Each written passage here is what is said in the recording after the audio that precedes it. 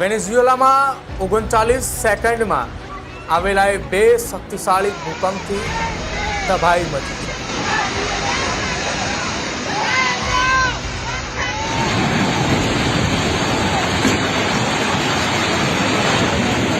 ¡Marico! ¡Mi mamá, bro! ¡Mi mamá! વેનેઝુએલામાં બુધવારે સાંજે 6:04 7.2ની તીવ્રતાનો અને 6:05 વાગે 7.5ની તીવ્રતાના બે આંચકા આવ્યા.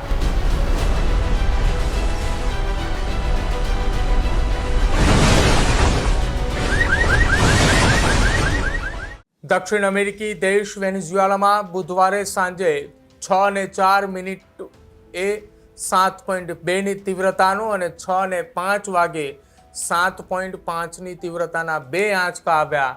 તે સમયે ભારતમાં ગુરુવારની વહેલી સવાર 3:34 અને 3:35 વાગ્યા હતા. લોકો એવું જણાવી રહ્યા છે કે ભૂકંપ પછી 60 સેકન્ડ સુધી શહેર ધ્રુજતું રહ્યું અને એ ધ્રુજારીની સાથે સાથે 20 જેટલા આફ્ટર શોક પણ નોંધાયા હતા.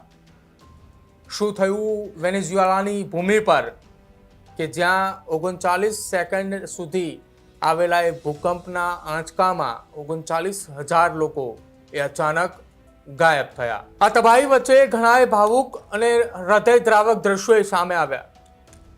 કોઈ એ કાટમાળમાંથી સુરક્ષિત બહાર નીકળ્યા પછી પોતાની દીકરીને ગળે લગાડીને રડી પડ્યા, તો ઘણા લોકોએ જીવના જોખમમાં મૂકીને પોતાના પાલતુ પ્રાણીને બચાવવા માટે દોડ લગાવી રહ્યા હતા.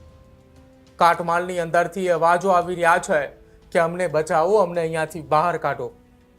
આ વાત એ અમેરિકી ફોર્સ કે જે વેનેઝુએલાની મદદ માટે પહોંચ્યું છે તેમના નિવેદનોની અંદર સામે આવી રહી છે. સરકારે મોડી રાત્રે એ જણાવ્યું હતું કે 39,000થી વધુ લોકો ગુમ છે અને ભૂકંપની ભયાનકતાની અસલી તસવીર હજુ આવવાની બાકી છે. અમેરિકી જીઓલોજીકલ સર્વે અનુસાર ભૂકંપથી 10,000થી વધુ લોકોના મોત થવાની 44% આશંકા છે, જ્યારે 1 લાખથી વધુ લોકોના જીવ ગુમાવવાની પણ 30% જેટલી આશંકા છે. વેનેઝુએલામાં 7.2 અને 7.5ની તીવ્રતાના બે ભૂકંપથી જે તબાહી મચી છે, જેમાં 39 સેકન્ડની અંદર રાજધાની કારાકાસની ઊંચી ઇમારતો એ કાટમાળ બનીને કાટમાળના એ ઢગલામાં ફેરવાઈ ગઈ છે. ભૂકંપે થોડી જ સેકન્ડોમાં હજારો લોકોનું જીવન બદલી નાખ્યું છે. ઘણા પરિવારે પોતાના સ્વજનો ગુમાવ્યા તો સેંકડો લોકોએ ઘાયલ થયા અને સાથે જ મોટી સંખ્યામાં લોકોને ઘર છોડવું પડ્યું. આ ભૂકંપ એવા દિવસોમાં આવ્યા કે જ્યારે આખા દેશમાં રાષ્ટ્રીય રજા હતી. 1821માં સ્પેન વિરુદ્ધ આઝાદીની લડાઈમાં ઐતિહાસિક જીતની વર્ષગાંઠ પર શાળાઓ અને ઓફિસો બંધ હતી. આ જ કારણે મોટાભાગના લોકોએ પોતાના ઘરની અંદર હાજર હતા અને બંને ભૂકંપ એ રાજધાની કરાકાસથી લગભગ 290 કિલોમીટર પશ્ચિમમાં આવ્યા. કરાકાસ સહિત ઘણા શહેરોમાં ઇમારતોને મોટું નુકસાન થયું. કાર્યકારી રાષ્ટ્રપતિ ડેલ્સી રોડ્રિગેઝે રાષ્ટ્રીય કટોકટી જાહેર કરી અને સરકારે હજુ સુધી સત્તાવાર મૃત્યુના આંકડાઓ પણ જાહેર નથી કર્યા. વેનેઝુએલા અથવા તો તેની આસપાસના દરિયાઈ કાંઠાના વિસ્તારમાં 7.5ની તીવ્રતાનો ભૂકંપ એ છેલ્લા 100 વર્ષથી વધુના વર્ષોમાં આવેલો એ સૌથી શક્તિશાળી ભૂકંપ છે. આ પહેલા વર્ષ 1900ની સાલની અંદર 7.7ની તીવ્રતાનો સેન નાર્સીનો ભૂકંપ આવ્યો હતો. તેનું કેન્દ્ર બિંદુ પણ કેરેબિયન દરિયા કિનારે હતું અને તે ભૂકંપમાં કરાકાસના ઘણા ચર્ચ, સરકારી ઇમારતો અને ઘરોને નુકસાન થયું હતું. USGSના અનુસાર તેમાં 21 લોકોના મોત થયા હતા અને 50થી વધુ લોકો ઘાયલ થયા હતા. તે સમયે ધ ન્યૂયોર્ક ટાઈમ્સના અહેવાલ મુજબ જણાવવામાં આવ્યું હતું કે લગભગ 300 જેટલી ઇમારતો એ ધરાશાયી થઈ હતી અને મોટી સંખ્યામાં લોકો એ લાંબા સમય સુધી રસ્તાઓ પર તંબુ બાંધીને રહેવા પડ્યું હતું.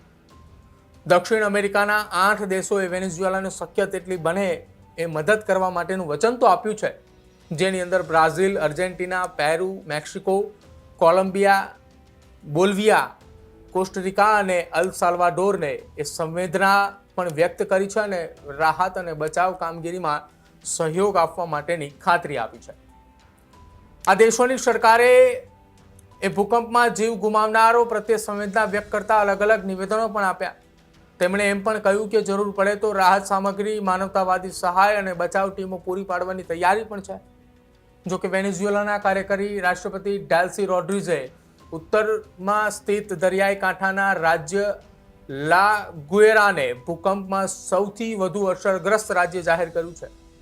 ત્યાં અસંખ્ય ઇમારતોએ નાશ પામી છે અને રોડ્રિગઝે જણાવ્યું હતું કે યુનાઇટેડ સ્ટેટ, ડોમિનિકન રિપબ્લિક, અલ્વાસાલ્ડોર અને સાથે જ મેક્સિકોની રેસ્ક્યુની ટીમ એ રાજ્યની અંદર જલ્દી પહોંચશે.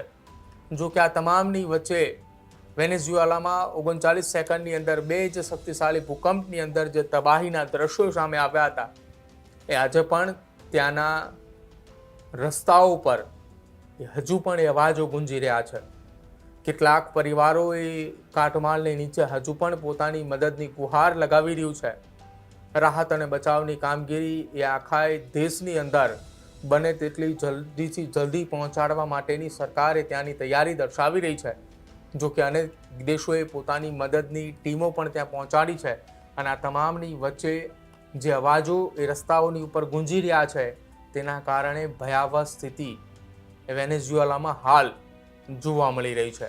રાહત અને બચાવ કામગીરીની અંદર લાગેલા અનેક દેશોના જવાનો, અનેક દેશોના મેડિકલ ઓફિસરો પણ કહી રહ્યા છે કે અહીંયા રાત્રિના સમયગાળા દરમિયાન જે ગુંજો સંભળાઈ રહી છે એ કદાચિત પહેલી વખત એમના જીવનની અંદર સાંભળવા મળી રહી છે.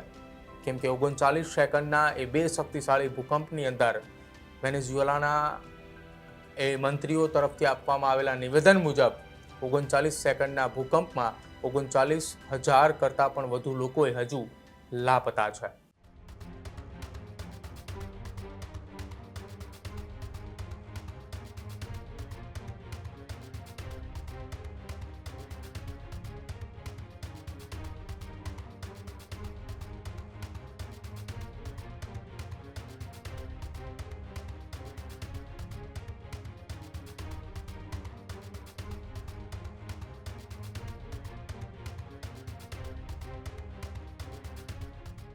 ખેડૂત ભાઈઓ છે ખેતરમાં ડ્રોન ઉડાવતા હોય છે ત્યારે આપણે એક પ્રશ્ન સતાવતો હોય છે કે જે આપણે અત્યાર સુધી જીપીએસ ટેકનોલોજીવાળા ડ્રોન વાપર્યા છે, જેથી કરીને મોબાઈલ ટાવર છે અથવા તો હાઈ ટેન્શન લાઇન પસાર થતી હોય, કોઈ વૃક્ષો હોય, ત્યારે જે જીપીએસ ટેકનોલોજીવાળા ડ્રોન છે એમાં ટકરાય અને ટ્રેસ થાય છે. પણ એગ્રીવન લાવ્યું છે જીએનએસએસ ટેકનોલોજી ડ્રોન, જેથી કરીને એ ડ્રોન છે એ કોઈ જગ્યાએ ટકરાય નહીં, પોતાની રીતે જ ડિસિઝન લે છે અને મૂવ થઈ જાય છે, જેથી કરીને જીએનએસએસ ટેકનોલોજી ડ્રોન છે એ વાપરવાનો આગ્રહ રાખો.